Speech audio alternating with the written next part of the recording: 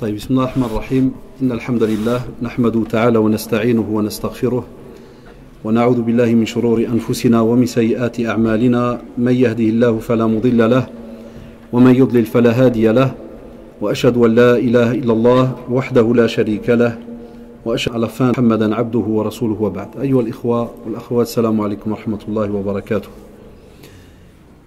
Nous voici donc arrivés à la fin de ce mois de Ramadan, et comme vous le savez, il ne nous reste que quelques jours. Certains attendent la fin de Ramadan pour mardi, d'autres pour mercredi. Ça commence déjà de nouveau à discuter. Il y en a qui, comme vous le savez, vont pour les derniers jours, c'est comme une fin de course. La fin de Ramadan, c'est comme si tu as couru pendant un mois et tu arrives à la fin de ta course. Et quand on arrive à la fin d'une course, c'est là qu'on voit celui qui a été intelligent pour bien terminer cette course. Et c'est là qu'on voit aussi celui qui ne s'est pas vraiment préparé comme il se doit, et il se peut qu'il va perdre cette course. Et je donne un exemple très simple, c'est que maintenant, certains vont peut-être passer du temps à discuter un peu dans le vide pour savoir est-ce que c'est mardi, est-ce que. Alors que, subhanallah, on est dans les 10 derniers jours. C'est juste ou pas, Shabab? Le titre de la conférence est l'après-Ramadan.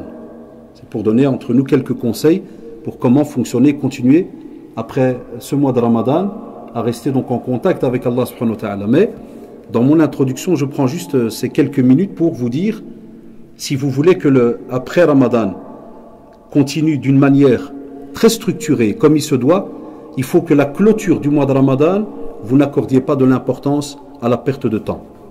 C'est pour ça que je le dis à l'avance à nos jeunes, à nos parents, à nos frères et sœurs, nos mamans, tout le monde, laissez la responsabilité de déterminer quand est-ce que sera la fin du mois de Ramadan à nos mashayikh hafidahumullah, nos responsables de mosquées, nos ligues, et ainsi de suite. À nous, en tant que musulmans basiques, ce qui nous est demandé, c'est de continuer à adorer Allah subhanahu wa ta'ala, entre guillemets, d'une manière spéciale, jusqu'au 29e jour, ou bien le 30e. Parce que le mois lunaire et Shabab, le mois musulman, comme on pourrait l'appeler chez un petit peu les jeunes, c'est 29 ou 30 jours. Et Shaitan anaoullah, et vous le savez, il va venir nous embêter d'ici quelques jours. Et nous faire passer des heures et des heures de discussion dans le vide. Il va même peut-être nous pousser à haïr des fois nos mashayikh ou nos professeurs ou des comités, on va dire, de fatawa et ainsi de suite. On va perdre même une certaine éthique. On va même se retrouver à ne pas respecter certaines formes de comportement qui nous sont donc demandées. Non, c'est bon, Inch'Allah, un peu de sport, ça fait du bien. Donc, certains, ils vont perdre cette éthique qui leur a été enseignée durant ce mois de Ramadan, car vous le savez très bien qu'une des éthiques les plus importantes durant ce mois de Ramadan, c'est ce qui sort de notre bouche. Et c'est pour ça que le prophète sallallahu alayhi wa sallam nous a justement donné cette recommandation, c'est une obligation, pour que si on veut que ce mois de Ramadan soit une réussite, que l'on fasse attention, qu'est-ce qui va sortir de notre bouche? Eh bien, pensez à ce que je vous dis maintenant. Vous allez penser peut-être à moi dans quelques jours, spécialement vers le lundi soir, par exemple déjà. On va commencer, entre guillemets, à parler par rapport aux différents avis que l'on va entendre. Là, un musulman, wallah, qui se respecte, c'est quelqu'un qui fait attention à cette bouche. Et si vous voulez vivre heureux toute votre vie, et si vous voulez, subhanallah, que votre cœur reste apaisé, et que vous soyez donc des personnes sereines, comme on va en parler juste après, s'il vous plaît, laissez, et à Shabab, spécialement les jeunes, apprenez à laisser la responsabilité d'un sujet bien précis à ceux qui ont pris cette responsabilité. C'est ce qui est beau dans notre religion, wallahi. C'est qu'on a différents degrés de personnes autour de nous, et chacun a un degré bien défini. Ceux qui apprennent, ils ont leur degré auprès d'Allah subhanahu wa ta'ala. Ceux qui sont basiques, qui n'ont pas encore l'occasion d'apprendre, ils ont leur degré aussi auprès d'Allah subhanahu wa ta'ala. Mais entre ces deux groupes, la responsabilité est différente. Et puis on a nos mashayikh, nos prédicateurs et autres, mais moi je vis spécialement le mashayikh, parce qu'un prédicateur n'est pas nécessairement un da'iya, n'est pas nécessairement un cheikh. Donc on a aussi nos mashayikh, par exemple ici en Belgique, hafidhahumullah jami'an. Eh bien eux, jazahumullah, ils ont pris une responsabilité immense sur leur dos. Qu'Allah les protège. Et ils ne l'ont pas pris pour s'amuser avec cela, comme le pensent des fois, ça peut arriver certaines personnes. Là, quand ils prennent l'occasion de parler, de donner une fatwa, c'est parce que, hafidhahumullah, ils ont pris cette responsabilité dans un pays où il n'y a pas beaucoup de mashayikh. Fallah arda'alikum, si jamais ils prennent une décision, sachez que ce sont vos savants. Et si on est musulman comme il se doit, nos savants, on les respecte. Nos savants, on les respecte. Et on ne lâche pas notre langue sur eux. Car leur viande, elle est, entre guillemets, comme vous le savez, les mesmoum, elle est empoisonnée. C'est des réalités. Mais ça demande une certaine éthique. Ça demande une certaine éducation. Ce n'est pas donné à tout le monde de retenir sa bouche. C'est très difficile. Et pourquoi est-ce que j'insiste sur ce point-là? Parce que vous avez remarqué que dans la communauté, et je vous donne une simple question très rapide, la nuit du 27, est-ce qu'il y avait de la place dans la mosquée ici? Dites-moi. C'était plein ou pas? Blindé. Blindé. Ah, et même les termes, ils ont leur importance. Qui a dit blindé? Blindé ou pas? Blindé, ça veut dire que tartaq, c'est ma'ammar, jusqu'au où? C'était où? Jusqu'au fond, jusqu'en peut-être même les couloirs et tout. C'est juste? Parce qu'on attend Laylatul Qadr et on espère gagner donc les bénéfices de cette nuit. Khayrun min alfi shahr, 1000 mois d'adoration. On parle depuis de 80 années. Ça donne un total de plus de 80 ans quasi. Mais le prophète sallallahu alayhi wa sallam n'a-t-il pas dit qu'on la cherche et on essaye de la voir durant les jours impairs? C'est juste? Premier petit problème qui se passe et qui ne va pas nous aider à préparer l'après-Ramadan, c'est que certaines personnes ont attendu à leur aise jusqu'au 27. Mais ils ont oublié qu'on a encore un jour impair, le 29. On avait aussi le 23. Où était-il? On avait aussi le 21. Impair ou pas? Où était-il? Et c'est pour cela que Allah arda'alikum, quand Ramadan va nous quitter, parce que ça va être douloureux pour certains d'entre nous, wallahi. Ceux qui ont vécu ce mois, comme l'a demandé le prophète sallallahu alayhi wa sallam, c'est cette première catégorie. Parce qu'on va voir deux catégories. Il y a cette première catégorie, c'est ceux qui ont jeûné. Vous vous rappelez quand on s'est vu la toute première fois? Ça passe vite, hein? Ça passe vite ou pas, les shabab? On s'est vu combien de fois durant ce mois de Ramadan? 3 fois. Un mois est presque passé. Et tous les prédicateurs que vous avez rencontrés la première semaine de Ramadan, ils vous ont tous parlé de Man sama Ramadan imanan wa ihtisaban. Vous vous rappelez ce hadith? Ghufira lahu ma taqaddama min dhanbi. Et man qama Ramadan imanan wa ihtisaban, ghufira lahu ma taqaddama min dhanbi. Celui qui a jeûné avec foi et en comptant sur la récompense, et celui qui a passé justement ces nuits de Ramadan dans l'adoration, en aussi que ce soit la prière, qiyam al-layl, dans le dhikr, la prière, lecture du Coran et ainsi de suite. Qu'est-ce qu'ils ont comme bénéfice? Allah subhanahu wa ta'ala pardonne leurs péchés antérieurs. Ils ont passé un mois où ils ont goûté qu'est-ce que la prière. Mais ils ont goûté pas n'importe quelle prière, et shabab. Ils ont goûté al-qiyam, ce qu'on appelle qiyam al-layl. Ça, c'est ce groupe de gagnants qui ont investi toute leur soirée dans le qiyam. Parce que le qiyam, ne pensez pas que le qiyam s'arrête avec Ramadan. Abadan. Qiyam al-layl, tu peux le faire toute ta vie. C'est juste ou pas? Tu peux le faire toute ta vie, tous les jours. Fais le qiyam. Qiyam al-layl, il te rapporte la sérénité. Alaj, parce que tu es face à Allah subhanahu wa ta'ala. Qiyam al-layl t'apprend la concentration. Beaucoup de jeunes nous demandent comment se concentrer dans la prière, comment se concentrer dans nos actes d'adoration. Al-qiyam, ya shabab. Alaj, parce que Qiyam al-layl, il n'est pas donné à n'importe qui. Wallahi, Qiyam al-layl, ce n'est pas donné à n'importe qui comme ibadah. Parce que c'est un moment où normalement beaucoup dorment, beaucoup sont peut-être affalés devant la télévision, beaucoup passent leur temps dans le vide, ou les jeux, ou ceci ou cela, et toi, subhanallah, ce n'est pas obligatoire pour toi de le faire. C'est ça qui est beau. Al-Qiyam n'est pas obligatoire. Et voilà pourquoi on voit que tu es vraiment un gagnant. Parce que quand c'est pas obligatoire, et même comme ça, toi tu te lèves, c'est que tu es un bon. Smatou ya shabab, tu veux savoir si vraiment tu es de ceux, Inch'Allah, et on l'espère, et on va voir après quelques détails, qui ont gagné ce mois de Ramadan, c'est si après le mois de Ramadan, Al-Qiyam, tu continues à le faire. Tu fais un petit programme. Tu te lèves pour prier la prière de l'Fajr, 3h30. Lève-toi à 3h. Et vous allez voir. À partir de la semaine prochaine, le mot Al-Qiyam, on va lui dire au revoir comme on dit au revoir à Ramadan. Et c'est pour ça que je vous ai dit que c'est très douloureux de quitter le mois de Ramadan. Spécialement pour ce premier groupe-là. Parce qu'ils ont goûté à la sérénité pendant plus d'1 heure de Tarawih. Il y a qu'en général 1 heure. 1 heure et tu entends la parole d'Allah subhanahu wa ta'ala. Deuxième bénéfice, le cœur est touché.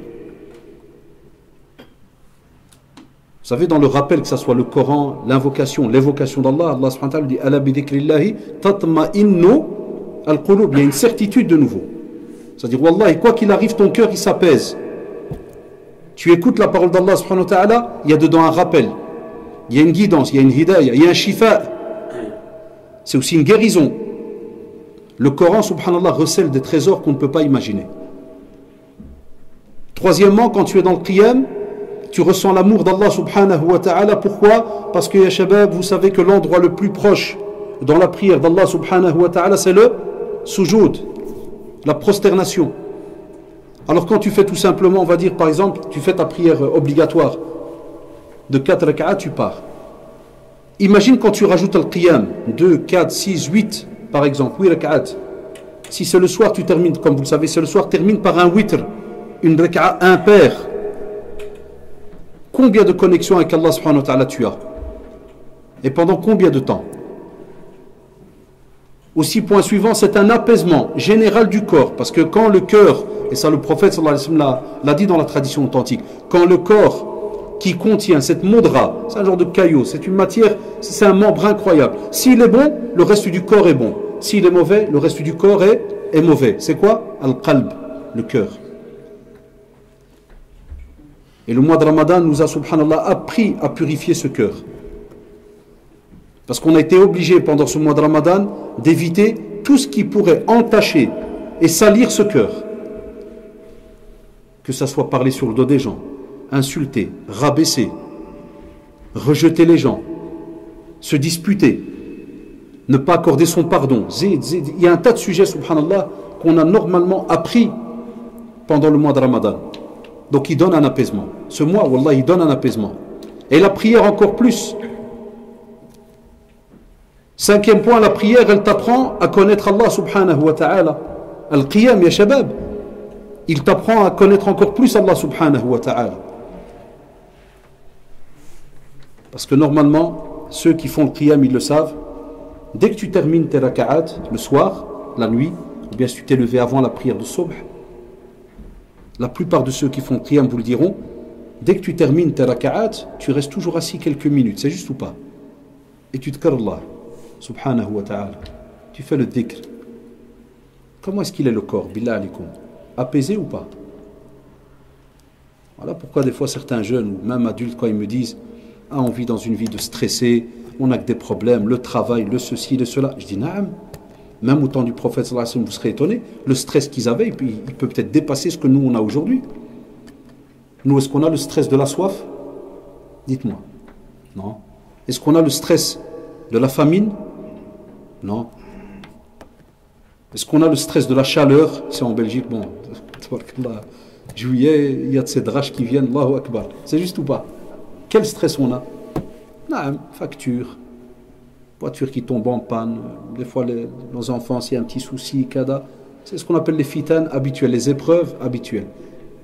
Innama amwalukum wa awladukum fitna. C'est une épreuve, l'argent, ceci, cela, parce qu'on est là, il faut toujours suivre, il faut toujours faire attention, des fois il y a des hauts, il y a des bas. Donc même au temps du prophète sallallahu alayhi wa sallam, il y avait des épreuves. Et il se peut qu'Allah et Shabab, ces épreuves soient et étaient peut-être beaucoup plus compliquées que ce qu'on vit aujourd'hui. Et même comme ça, qu'est-ce qu'on retrouve dans les traditions et qu'est-ce qu'on retrouve dans la biographie de Salafuna Salih alayhim, et allez voir ceux qui ont l'arabe dans Siyar Alam Nubala d'Imam Dhahabi rahimahullah, vous allez retrouver leur système d'adoration, vous allez retrouver dans leur système d'adoration des exemples à suivre, mais incroyables. Mais la plupart du temps, ils ne lâchaient pas le qiyam, ya shabab. Et c'est pour cela qu'on l'a appris pendant plus d'1 mois. Et Allah alikum, ça nous oblige de passer au 2e groupe. Les perdants.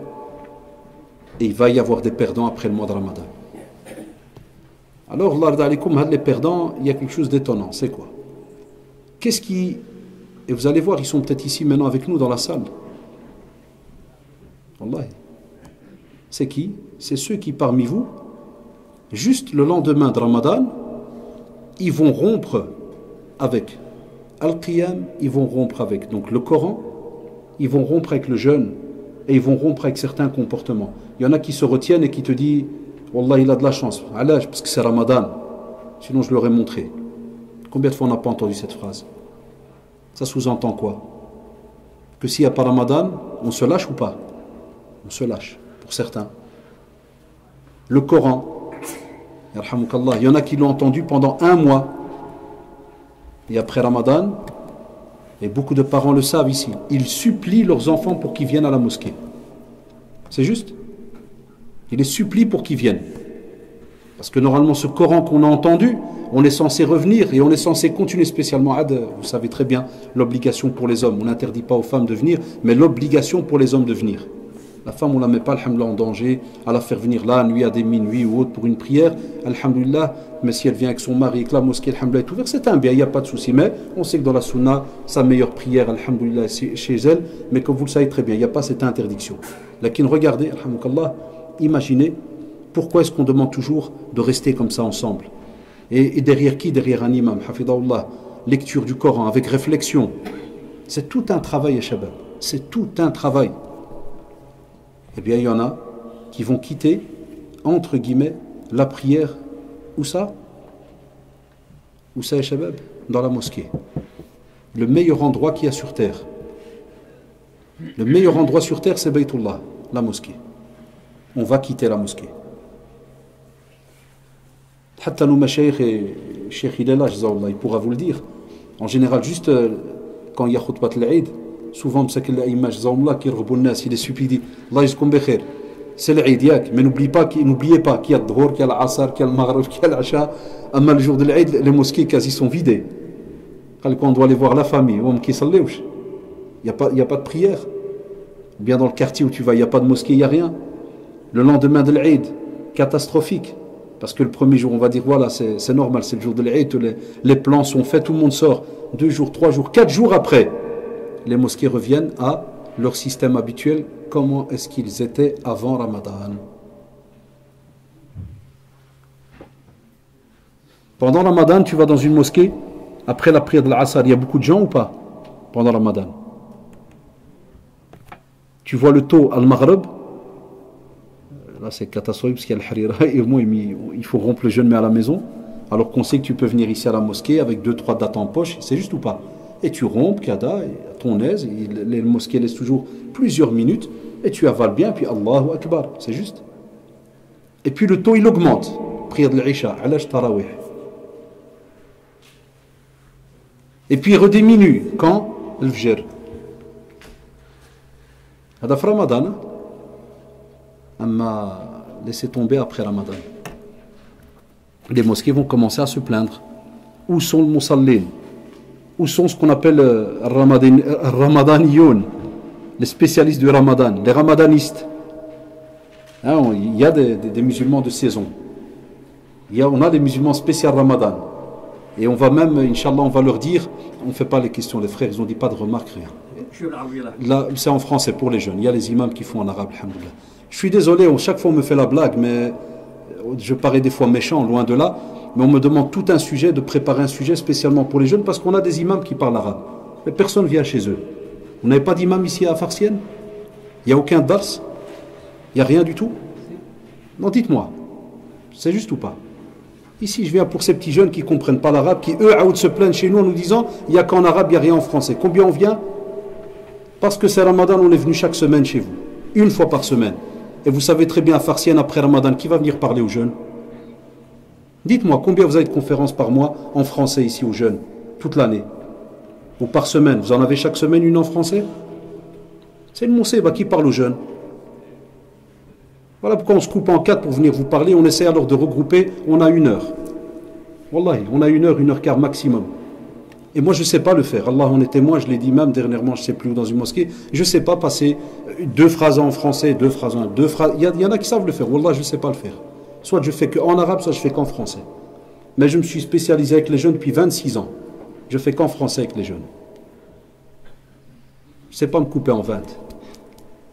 Et ce que je dis moi maintenant pour les jeunes, Wallah, nos imams, ils le font après dans les doros en arabe. C'est la vérité. Voilà pourquoi on se sacrifie un peu pour nos jeunes.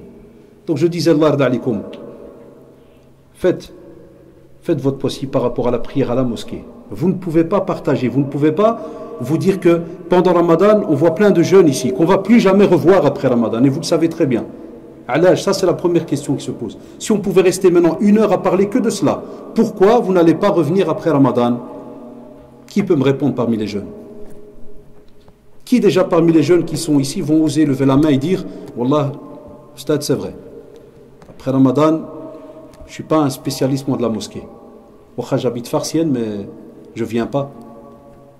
Nos imams, les responsables connaissent quasi presque par cœur ce qu'on appelle rouad al-masajid, les habitués de la mosquée. C'est juste ou pas, Shabab? Donc ils savent qui vient pas. Mais où sont-ils? Alors est-ce qu'on a jeûné alors à ce moment-là? Pourquoi on dit le mois des perdants? Est-ce qu'on a jeûné à ce moment-là avec sincérité? Parce que si tu as jeûné avec sincérité, le Seigneur de Ramadan est le Seigneur de toute l'année. Vous avez entendu cette phrase, Yak Shabab? Le Seigneur de Ramadan, c'est-à-dire celui qui a rendu Ramadan obligatoire, il est celui qui a rendu la prière obligatoire toute l'année. C'est le même, subhanahu wa ta'ala, ya Shabab. Wallahi, c'est le même. Alors comment se fait-il que tu aimes Allah et tu viens dans sa demeure pendant Ramadan, mais après Ramadan tu le quittes et tu ne viens plus rencontrer Allah subhanahu wa ta'ala? Billah alikum ya les jeunes, c'est une question importante, wallahi. Alors où est le travail de nos parents aussi? Des fois des parents ils viennent prier, ils n'amènent pas leurs enfants. Ils ont des fois une excuse très drôle, très bizarre. Tu te dis, ah, je leur ai dit de venir, ils ne veulent pas. Qui a le pouvoir à la maison? Je sais que cette phrase elle peut choquer certains, mais ici je suis en train de parler avec des musulmans. Chez nous dans nos familles musulmanes c'est le père, les parents, le père, la mère, et puis le père s'il a le dernier mot il dit on y va, c'est on y va. Non, si l'enfant est malade, ceci, cela, non, mais kiff. Moi je peux être en déplacement, mais je préviens les enfants, ils descendent à la mosquée, que ce soit chez nous, à Bruxelles, à Gansoren ou bien à Berkem, mais il y va. Même quand je suis absent, je leur dis, je suis absent, la kiné, vous descendez, et il n'y a pas de souci. Ils le savent, c'est une règle. Si jamais ils n'y vont pas, c'est que vraiment, il y a une excuse, mais vraiment, on va dire, et encore. Wallah, et encore, on a peur auprès d'Allah subhanahu wa ta'ala que cette excuse n'est pas valable. Donc les parents, pourquoi on n'arrive plus à les apporter, ces enfants ici? Même en horaire d'hiver, la journée elle est courte, mashallah. Des fois, l'Isha à 8h, 20h, c'est quoi 20h? À minuit, je comprends qu'un petit de 10 ans, 11 ans, minuit, kada, et encore, si vous allez voir fiqhiyan, côté jurisprudence, il y a Shabab, il y a beaucoup de choses à dire. Pourquoi on ne les apporte pas? Donc qui va prendre cette relève? Qui va remplacer plus tard? Je vois le frère, il est en train de, j'étais pas au courant, il est en train de mettre un plan sur la vitre. C'est un plan de quoi ça? Le plan que le frère a mis, Zawallah. Le plan ah, c'est pour une école musulmane. Qui va prendre cette relève plus tard? Quand nos parents, regardez, d'un certain âge, ils courent pour lancer tous ces projets pour nos enfants. Qui va reprendre ça plus tard? Ne pourra Yeshabab les reprendre que les vrais jeunes qui ont été connectés à la mosquée et qui savent quelle est la valeur de la mosquée. Quand tu sais quelle est la valeur de ces murs, Wallahi, à ce moment-là, tu es capable de continuer durant ta vie à soutenir les projets, les mosquées et les écoles musulmanes. Mais s'il y a le frère, il y a la sœur, tu ne connais, et spécialement le frère, tu ne connais la mosquée que pendant Ramadan, il y a un khalal, il y a un petit problème là dans ton adoration. Sincèrement, et demandez à qui vous voulez. Hatta même certains parmi vous qui sont adultes. Si vous ne vous déplacez spécialement que parce que vous sentez que c'est chouma, ça se fait pas, kada, c'est un manque depuis, et vous venez pendant Ramadan, mais après Ramadan, on délaisse, c'est grave. Aussi, l'autre question qui se pose, pourquoi est-ce qu'on n'a pas de nouveau l'habitude de s'asseoir? Comme on s'assied pendant Ramadan, pourquoi on n'a pas l'habitude de s'asseoir après Ramadan dans une mosquée? Et de prendre 5 minutes après la prière ou 10 minutes ou... Donc, ya Shabab, il y a plein de questions qu'on pourrait poser. Posez-vous ces questions maintenant par rapport à ce mois de Ramadan que vous êtes en train de clôturer. Et Allah d'alikum, il vous reste encore 2-3 jours pour réfléchir et vous dire, est-ce que j'ai jeûné sincèrement? Est-ce que ce jeûne que j'ai fait pour Allah subhanahu wa ta'ala, est-ce qu'il va s'arrêter lundi ou mardi ou mercredi? Est-ce qu'il va s'arrêter? Ou bien au contraire, donc ce jeûne et ces nuits qu'on a passées à prier, est-ce qu'au contraire ils m'ont ouvert le cœur pour aller encore plus loin après le mois de Ramadan? Est-ce que c'est le cas? Voilà les questions qu'on doit se poser et qu'on doit aussi poser à nos enfants. Ce soir, tout à l'heure, vous rentrez à la maison, ceux qui ont laissé leurs enfants à la maison, ne soyez pas gênés. Vous devez leur expliquer cela pour laisser une responsabilité sur leur dos. Même si vous avez des enfants mariés, les jeunes qui sont ici, vos grands frères, vos grandes sœurs, vos amis dans les quartiers, vous devez leur dire: qu'as-tu gagné de ce mois de Ramadan? Ou hatta certains salafun as-salih d'Allah alim, il te dit qu'on voit les bénéfices de Ramadan après Ramadan. Et on va le voir juste après. Vous avez compris la phrase? On voit les bénéfices de Ramadan et les fruits de Ramadan après Ramadan. Mais le problème, vous allez voir, on va lâcher chez certains. Et on va peut-être lâcher beaucoup. Alors est-ce qu'on peut être égaux dans le bénéfice auprès d'Allah subhanahu wa ta'ala? Là. Ça, certains des fois nous posent la question en disant est-ce qu'Allah il m'aime bien? C'est des questions qui viennent habituellement. Les frères, c'est leur droit, ils ont raison de ne pas faire de questions-réponses aujourd'hui. Je suis souvent pas du même avis, mais entre guillemets, parce que nos jeunes ont besoin de petits rappels sur certains petits sujets qui les touchent. Parce que ce n'est pas des fatawas ce qu'on fait là, ça c'est les grands qui le font.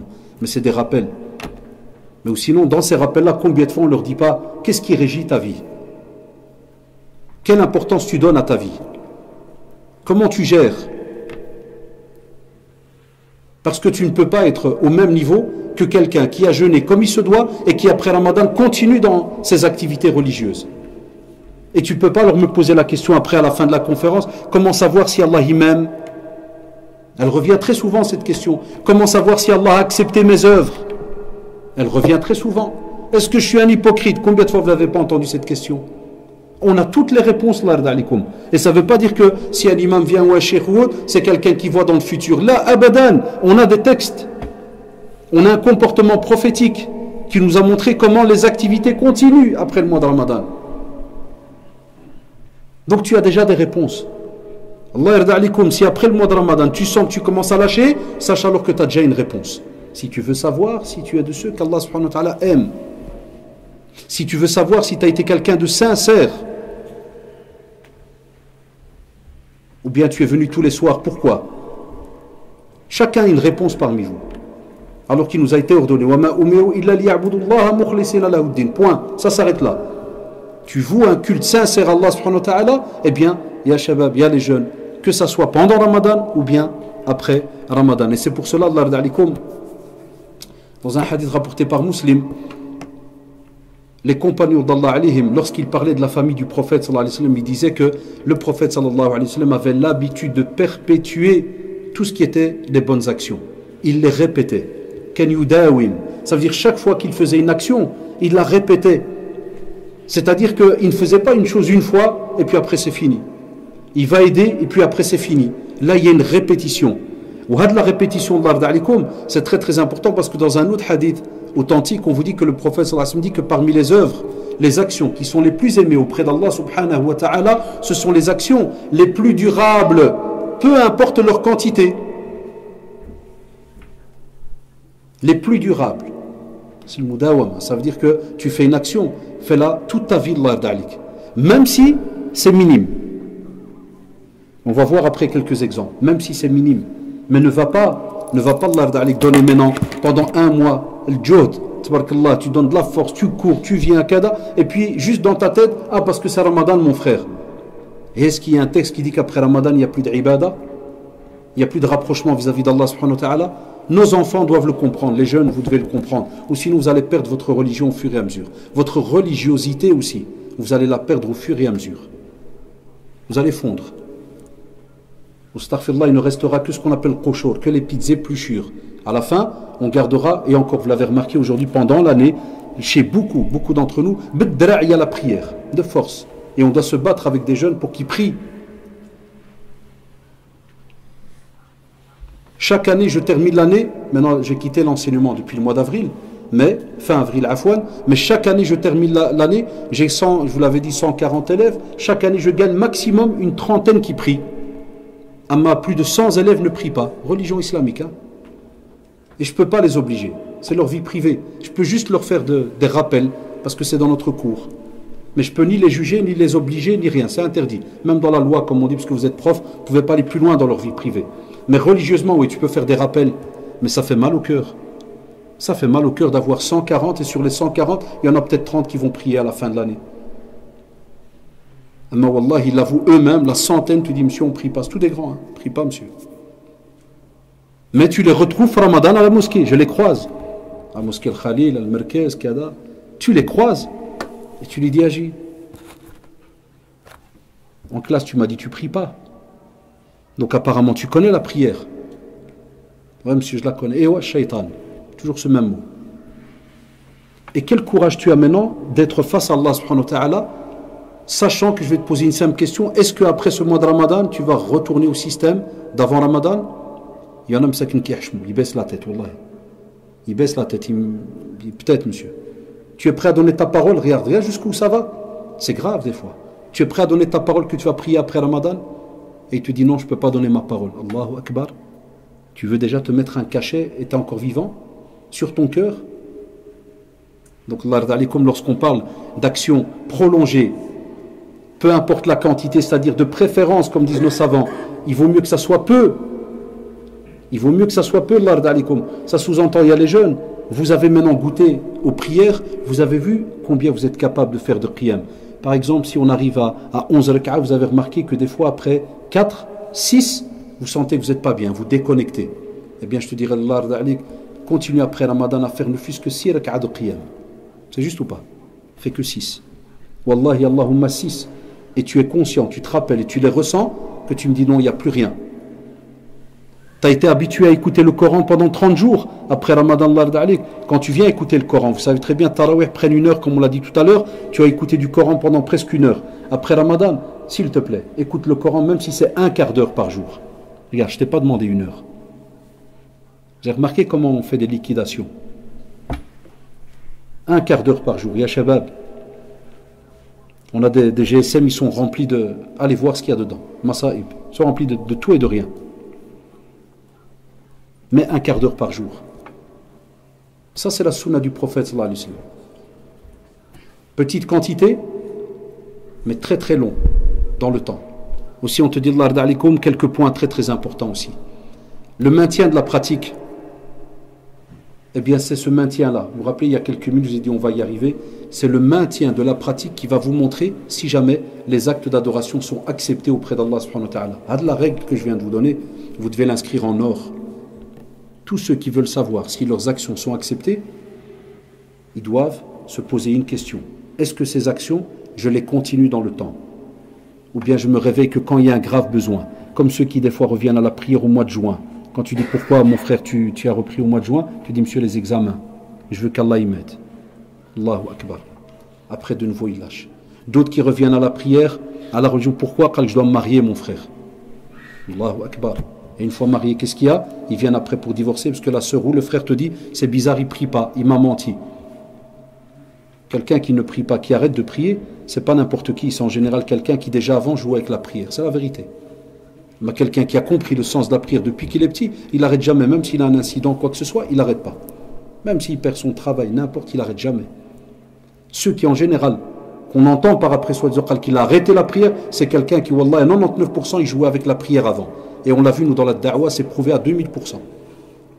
Donc on te dit, premièrement, que les savants, ils disent que parmi les signes de l'agrément d'Allah subhanahu wa ta'ala de nos œuvres, c'est lorsque Allah subhanahu wa ta'ala t'inspire, à toi, le musulman, le fait de faire suivre tes actions par une autre action. Ça veut dire que si après Ramadan, chaque fois tu ressens intérieurement, c'est pour ça qu'on te dit qu'Allah subhanahu wa ta'ala il t'inspire, tu ressens intérieurement que tu as envie de te lever pour aller lire du Coran, tu as envie de te lever pour aller faire du qiyam, tu as envie de te lever pour. Sache alors à ce moment-là que wallahi tu es sur la bonne voie. Donc on a des réponses. On a des réponses, ya shabab. Tu es sur la bonne voie. Tandis que si après Ramadan tu ne ressens plus rien, Wal'iyadu billah, sache alors qu'il y a un problème. Et là, va poser des questions à certains grands frères et autres pour te conseiller. Parce que c'est très très grave, car celui qui n'est pas inspiré par Allah subhanahu wa ta'ala pour aller vers des actes d'adoration, c'est quelqu'un alors qui a un gros souci. Qu'Allah nous préserve. Aussi, on te dit l'abandon des bonnes actions après le mois de Ramadan. Vous savez ce qu'il prouve? Eh bien, premièrement, il prouve la réalité de notre intention. Deuxièmement, la réalité de la sincérité qu'on avait lorsqu'on était en train de pratiquer pendant ce mois de Ramadan. Et troisièmement, ça nous prouve notre degré d'adoration et de rattachement vis-à-vis d'Allah subhanahu wa ta'ala. Hein, tous ceux qui posent des questions, vous avez les réponses. Quand on nous dit est-ce que mon Ramadan est accepté, je leur dis quelle est ton intention? Quelle est ta sincérité? Quel a été ton style d'adoration? Et l'intention, nos machères nous disent l'intention pendant Ramadan et qu'est-ce qu'on a rajouté à l'intention pour l'après-Ramadan. Si tu as des réponses sincères à ces questions-là, tu sais qu'Allah subhanahu wa ta'ala t'a donné de tawfiq, tu auras la réussite durant ta vie. Mais si jamais tu as des réponses un peu négatives parce que tu te connais, tu sais comment elle a été ta prière. Tu sais quelle a été ta joie pendant le mois de Ramadan de pouvoir jeûner encore un jour. Et tu sais quelle a été ta joie à la fin d'avoir terminé le mois comme il faut, mais pas la joie de certains qui vont dire purée, alhamdoulilah, c'est fini. Il y en a qui nous le disent. Hein. Encore combien, frère? 3 jours et oh, c'est chaud. Hein. Ça veut dire il attend que Ramadan il part. Wallah, ça c'est une musiba. Et vous savez très bien que ça s'entend. Mais les sincères, ils pleurent Ramadan, wallahi. C'est pour ça que les Sahaba, ils invoquaient 6 mois avant et ils invoquaient 6 mois après. Donc quand tu calcules, c'est comme si toute l'année ils attendent Ramadan. Ils invoquent. Chaque fois que Ramadan, subhanallah, il nous quitte, wallah, on est triste. Parce que c'est une période d'adoration qui va peut-être plus se répéter. Spécialement le statut qu'a Ramadan en tant que pilier de l'islam. On va voir après qu'on a encore des petites choses qu'on peut faire. Et certains comme nous qui sont malades, qu'Allah nous guérisse tous, ils sont encore plus tristes que ceux qui jeûnent, parce qu'ils ne peuvent pas jeûner. Mais alhamdoulilah qu'Allah subhanahu wa ta'ala nous donne la récompense comme si on avait jeûné. Et même comme ça, il faut de la foi pour accepter cette phrase. Hein. Même comme ça, beaucoup sont tristes, ils te disent j'aurais aimé jeûner la journée. On te dit aussi que Ramadan, si tu veux savoir si tu as réussi ou pas, on te dit est-ce que pendant ce mois tu as senti du changement en toi? Je dis à nos jeunes, je leur dis vous voulez savoir si Ramadan vous a apporté des fruits, rappelez-vous nos conférences qu'on vous a données au tout début du mois. Et on vous a donné plusieurs comportements, essayez de mettre en pratique pendant Ramadan. Et qu'est-ce qu'on vous a dit? On vous donne rendez-vous à la fin de Ramadan. 1 mois est passé. As-tu vu un changement dans ton comportement vis-à-vis d'Allah subhanahu wa ta'ala, vis-à-vis de tes parents, ta famille, si tu es marié vis-à-vis de ton épouse, ton époux, tes enfants, regardez combien, au travail, dans ton comportement, ton honnêteté, est-ce que tu es quelqu'un qui est encore plus honnête qu'il l'était avant Ramadan, pendant Ramadan et après? Dans le relationnel avec les autres, beaucoup de questions, vous pouvez les noter, vous dire qu'est-ce qui a changé en moi pendant le mois de Ramadan. Deuxièmement, le mois de Ramadan, par rapport à cette question-là, c'est le mois du repentir. As-tu senti que tu t'es vraiment repenti durant ce mois de Ramadan? Ça sous-entend, est-ce que tu as délaissé vraiment certaines mauvaises habitudes que tu avais avant? Et ça pose une autre question. Est-ce que ces mauvaises habitudes, vas-tu être capable de ne pas t'approcher de ces habitudes-là d'ici quelques jours? À l'âge? Parce que certains d'entre nous se sont retenus pendant ce mois de faire certaines choses. Rappelez-vous l'introduction de la conférence. Certains se sont retenus. Alors est-ce que tu t'es retenu pour Allah subhanahu wa ta'ala, ou bien tu t'es juste retenu pour le regard des autres, pour pas qu'ils disent c'est quoi ce gars-là, c'est quoi ce Ramadan qu'il est en train de faire, c'est quoi ce siyam qu'il fait? Alors tu t'es retenu. Là c'est grave. Certains pendant le mois de Ramadan ont respecté leurs épouses, ou les épouses qui nous entendent, les femmes, ont respecté leur mari. Certains ont respecté leurs parents pendant le Ramadan. Certains ont été même un peu plus calmes et plus gentils vis-à-vis de leurs enfants. Quand tu leur poses la question, pourquoi mon frère t'es comme ça? Masha'Allah, c'est bizarre. Qu'est-ce qu'il te dit? C'est Ramadan mon frère. Ça sous-entend quoi? Qu'après Ramadan tu vas éclater tout le monde? Tu vas revenir à certains comportements? Ah, posez-vous la question. Il y en a qui ont été très doux pendant le mois de Ramadan. Et qu'avant Ramadan, ils étaient durs. Et certains nous ont posé la question en nous disant, c'est bizarre, pendant Ramadan, il est différent. Pourquoi après Ramadan, il ne reste pas comme il était pendant le mois de Ramadan? Et il revient à ce qu'il était avant le mois de Ramadan. Allahu Akbar ya Shabab. Quelle école, quelle madrasa, quelle école est ce mois de Ramadan? C'est immense. C'est immense comme école. C'est une école de l'éducation, ya Shabab. Wallahi. El-Rabbi, elle éduque l'être humain. Mais est-ce qu'on a compris ce message? Aussi, on vous dit, Allah rada'alikum, Ramadan nous a appris à faire beaucoup d'actions. Je suppose que dans cette mosquée, par exemple, on vous a, comme j'ai vu les plans que le frère a mis, Hafidahullah, on vous a sûrement demandé d'aider, de donner des dons pour aider dans les projets. On vous a sûrement demandé d'aider pour ceux qui viennent manger. Il y a des pauvres qui viennent manger ou pas ici? Il y a des gens. On vous a demandé d'aider, c'est juste ou pas? On vous a demandé un tas de belles actions. Et spécialement le domaine de la sadaqa, l'aumône. De nouveau. Pourquoi on vous a demandé tout cela? Parce que justement Allah subhanahu wa ta'ala, il nous le dit avec certitude. Innal hasanat yudhibna sayyi'at. Ça veut dire que les hasanat, ya shabab, chaque fois que tu gagnes une hasana, sache que Allah, tu viens d'effacer une sayyi'a, si pas plus, si Allah subhanahu wa ta'ala le décide. Alors, toutes ces bonnes actions qu'on t'a offertes pendant Ramadan, toutes ces opportunités, je disais à nos jeunes qu'à chaque fois qu'une mosquée, par exemple, ou une association vous pousse à donner, ne laissez pas ni shaitan anawallah vous influencer, ni ce qu'on appelle shayatin al-ins, c'est-à-dire on a des êtres humains et ils sont au même niveau que shayatin wa'alaidu billah. C'est ceux qui, quand vous allez entendre, et ikhwan, est-ce que vous pouvez nous aider pour notre projet pour la mosquée, tu entends certains, il va dire, ils en ont pas marre de jema'a de l'argent. Vous entendez cette phrase ou pas? Ça c'est des shayatin al-ins. Wallahi, je pèse les mots, je prends la responsabilité de mes mots. Et je suis très fâché, très dur vis-à-vis d'eux. Et on les voit sur Facebook après comment ils se lâchent. Et pendant Ramadan, ils se lâchent.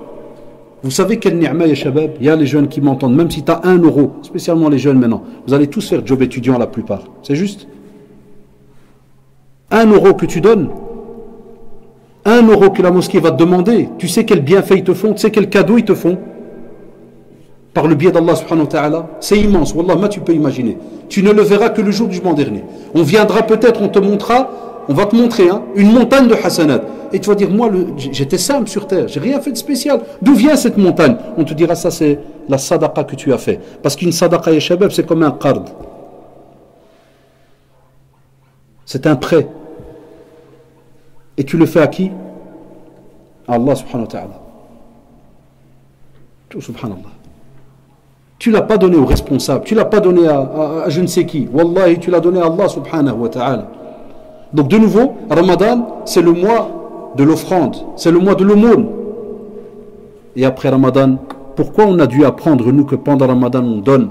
Parce que justement, c'est pour nous apprendre qu'après Ramadan, on continue à donner. Parce que Allah, comme toute cette vie maintenant, tout ce qu'on est en train de faire maintenant, ce n'est qu'un investissement pour l'au-delà.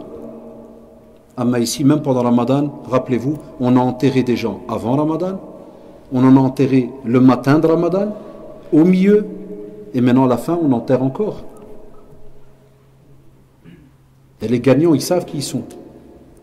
Mais si vous voulez montrer votre sincérité vis-à-vis d'Allah subhanahu wa ta'ala, il faut qu'après le mois de Ramadan, vous continuez de nouveau aussi à donner.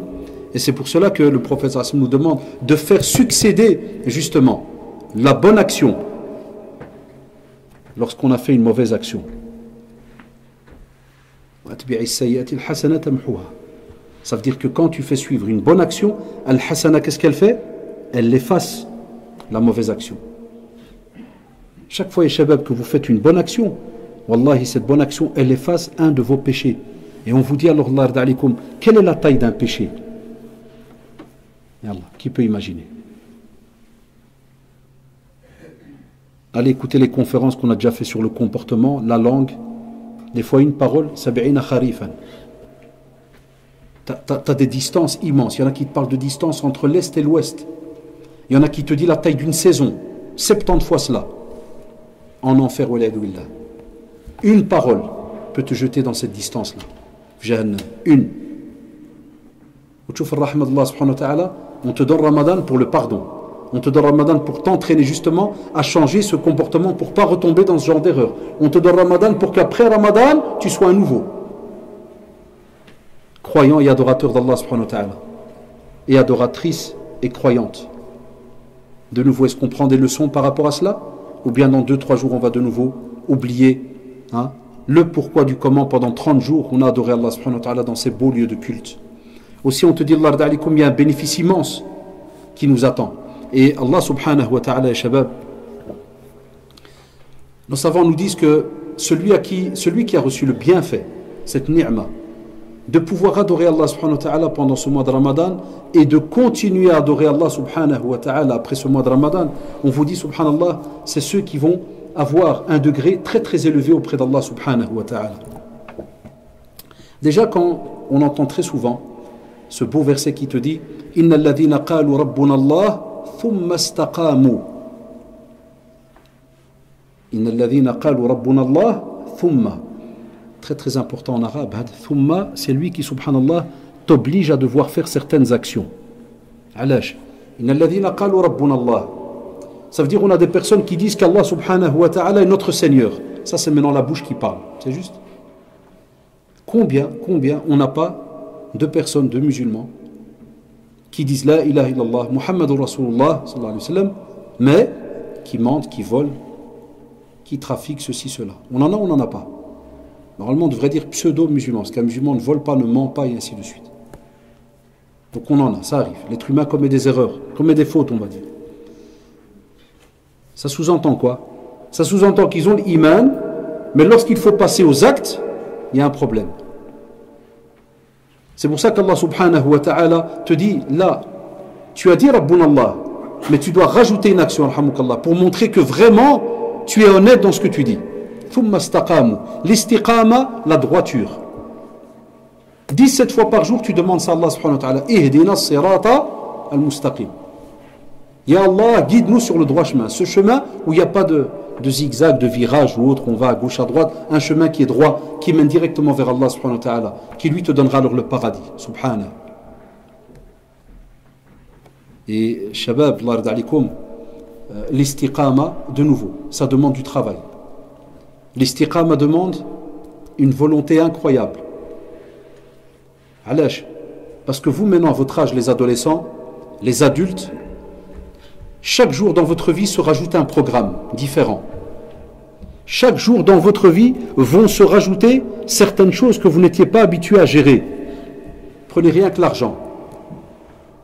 Rajoutez le travail quand vous allez commencer à travailler. Rajoutez après le mariage. Ce sont des stades par lesquels on passe. Après le mariage, rajoute les enfants. C'est une sunna d'Allah subhanahu wa ta'ala sur terre. Ça veut dire chaque jour dans ta vie, au fur et à mesure que les années avancent, il y a des choses qui se rajoutent dans ta vie. C'est ça que je vous avais dit la fois passée, rappelez-vous, on doit en parler à nos enfants. Des choses se rajoutent. Comment est-ce que tu gères ces choses-là? Deuxièmement, comment est-ce que ces choses vont, entre guillemets, ne pas toucher ta religiosité? Comment tu fais? Ta pratique religieuse. Est-ce que 8 heures de travail, pour certains, c'est capable de casser ta pratique religieuse? De diminuer ta pratique? Et naam, pour certains, oui. Certains sont capables de faire 9 heures, 10 heures de travail, aucune raka'a, rien du tout. Ils peuvent même entrer, wallah, ils peuvent entrer à la maison et oublier, et aller dormir.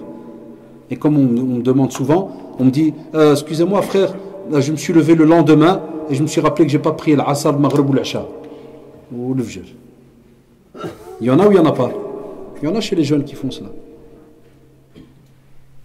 On te dit, rappelle-toi le mois de Ramadan. Tu t'es habitué à ne jamais faire cela. Parce que tu avais une certaine peur durant la journée. Il y a que c'est incroyable, c'est juste ou pas? Certains, pendant le Ramadan, même quand ils travaillent, ils ont peur. Tu les vois, ils ont un ouswas. Ils te disent, frère, comment on fait pour la prière? Parce que voilà, tu lui dis, mais cette question, comment tu faisais en dehors de Ramadan? Tu te la posais pas? Ou bien en dehors de Ramadan, la vie t'a avalé? Donc l'istiqama et shabab, c'est une ni'ma qu'Allah subhanahu wa ta'ala nous a donné d'avoir Ramadan. Parce que Wallah, ya shabab, il nous aide dans le domaine de l'istiqama. Parce que vous avez vu pendant 30 jours, c'est nishan, comme on dit, c'est droit. Comportement exemplaire pour ceux qui ont compris. Donc après Ramadan, tu gagnes un nouveau comportement. Mais le problème, c'est que l'istiqama, on doit parler autour de nous. On doit avoir des nasa'ih, des conseils autour de nous. On doit avoir des parents qui guident, qui parlent, qui ne lâchent pas. On doit avoir des amis, ceux qui disent qu'ils sont vraiment vos amis sincères, ils doivent vous parler tous les jours. Alash. Eh bien, Shabab, et maintenant c'est la dernière partie de la conférence, c'est que après Ramadan, on vous a dit donc qu'il faut une continuité. Alors, s'il fallait citer qu'un sujet à continuer à faire après Ramadan et qui est en rapport après justement Ramadan, c'est le jeûne, as-siyam. Et une des ni'mas qu'Allah subhanahu wa ta'ala nous a donné, c'est que dans le hadith authentique, on te dit min Ramadan ila Ramadan, de Ramadan à Ramadan, ou bien des fois min Jumu'ah ila Jumu'ah, des fois l'Umrah. Ce sont toutes des actions que l'on a. On vous dit qu'entre ces périodes-là, Allah subhanahu wa ta'ala pardonne vos péchés. Si tu as évité donc ce qu'on appelle les grands péchés, donc ça on ne les touche pas, c'est un autre dossier. Et on te dit subhanallah, même pendant cette année, le vendredi au vendredi, même pendant la semaine, d'une prière à une autre, et même pendant la journée, les ablutions, chaque goutte, tout le temps vous met le pardon, le pardon, le pardon. Quelle ni'ma, quelle ni'ma Allah subhanahu wa ta'ala nous donne. C'est un bienfait immense, on ne peut pas imaginer. Et après Ramadan, est-ce qu'on n'a plus ces actions-là? Si on en a. Alors, tout d'abord, le hadith, subhanallah, très très très beau, rapporté par le Bukhari et Muslim, rapporté plutôt non, celui-là, afwan, par le Bukhari, rahimahullah. On te dit que Allah subhanahu wa ta'ala, à chaque fois que tu te rapproches de lui avec des bonnes actions, Allah subhanahu wa ta'ala se rapproche de toi. Mais spécialement les actions que lui t'a prescrit, subhanahu wa ta'ala. Pas que tu commences à inventer, à faire n'importe quoi. Donc une action, si vous voulez, un acte d'adoration, si vous voulez qu'il soit aimé par Allah subhanahu wa ta'ala, il doit être en concordance avec ce que Allah subhanahu wa ta'ala nous a enseigné et comment le prophète sallallahu alayhi wa sallam nous l'a aussi donc enseigné dans le domaine de la pratique.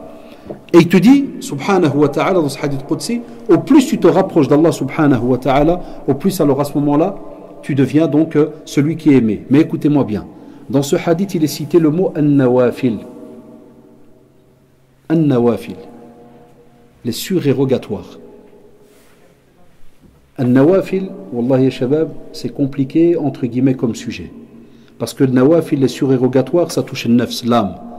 Comment est-ce que tu as éduqué ton âme?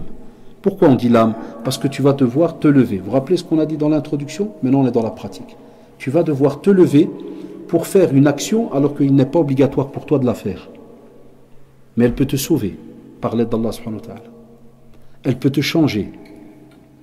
Elle peut te donner des bénéfices, elle peut te sauver sur terre comme le jour du jugement dernier.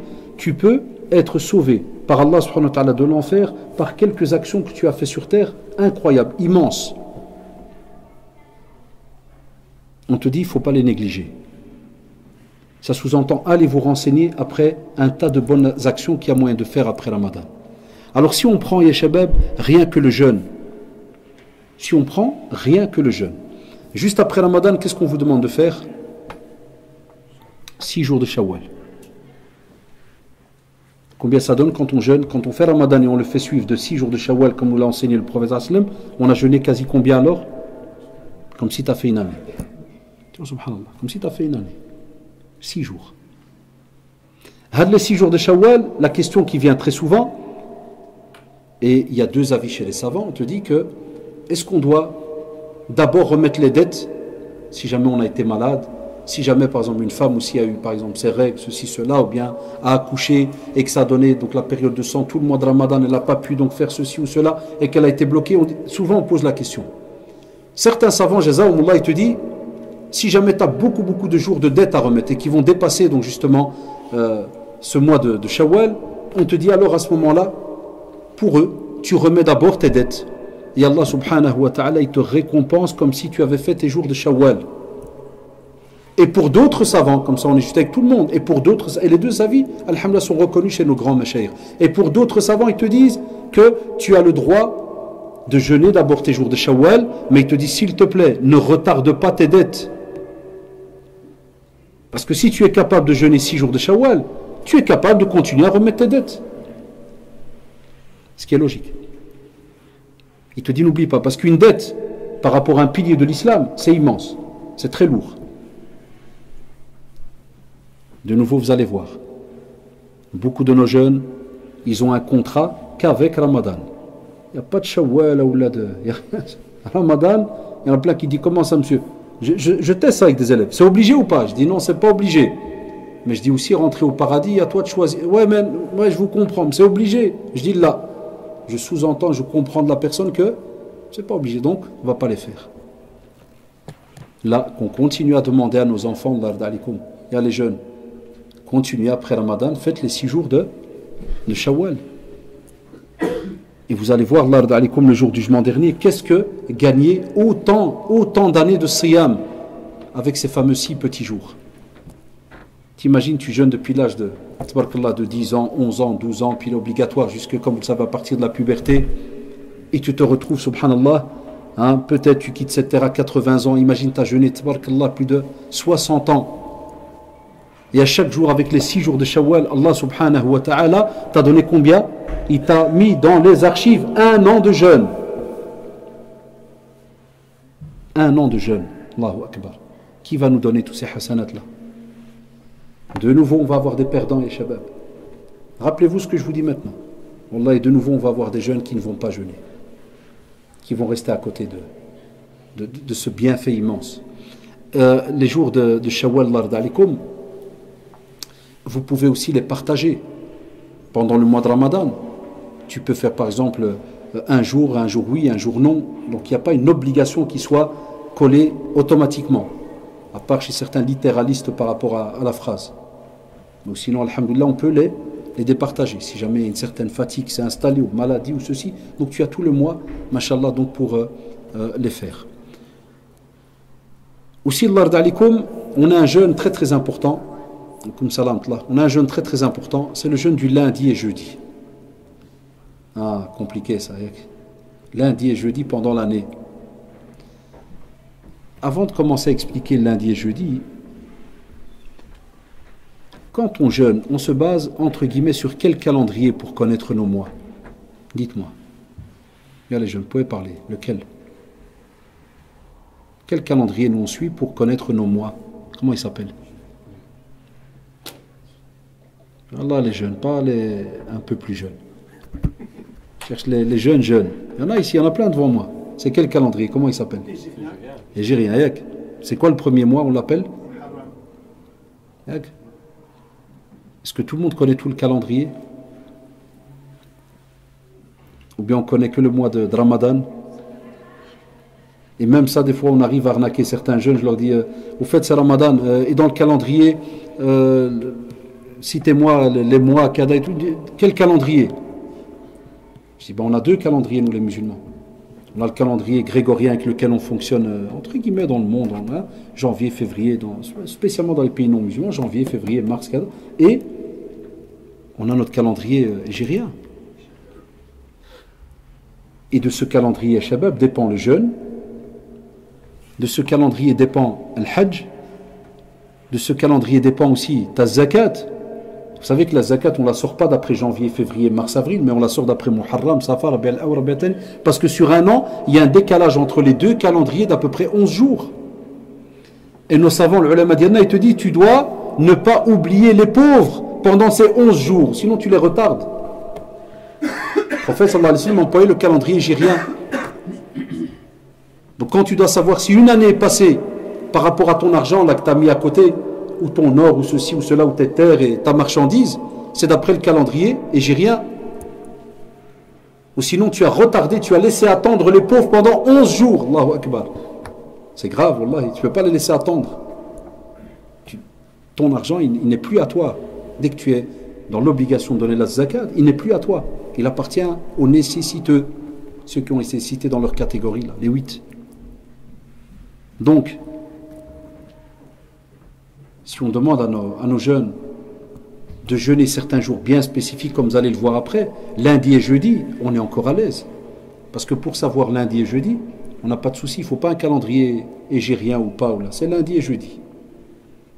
Mais quand on va devoir jeûner, par exemple, le jour de Ashura, ou bien comme on va le voir à Arafat et autres, on doit être au courant de le mois, est-ce qu'on est rentré dedans ou pas.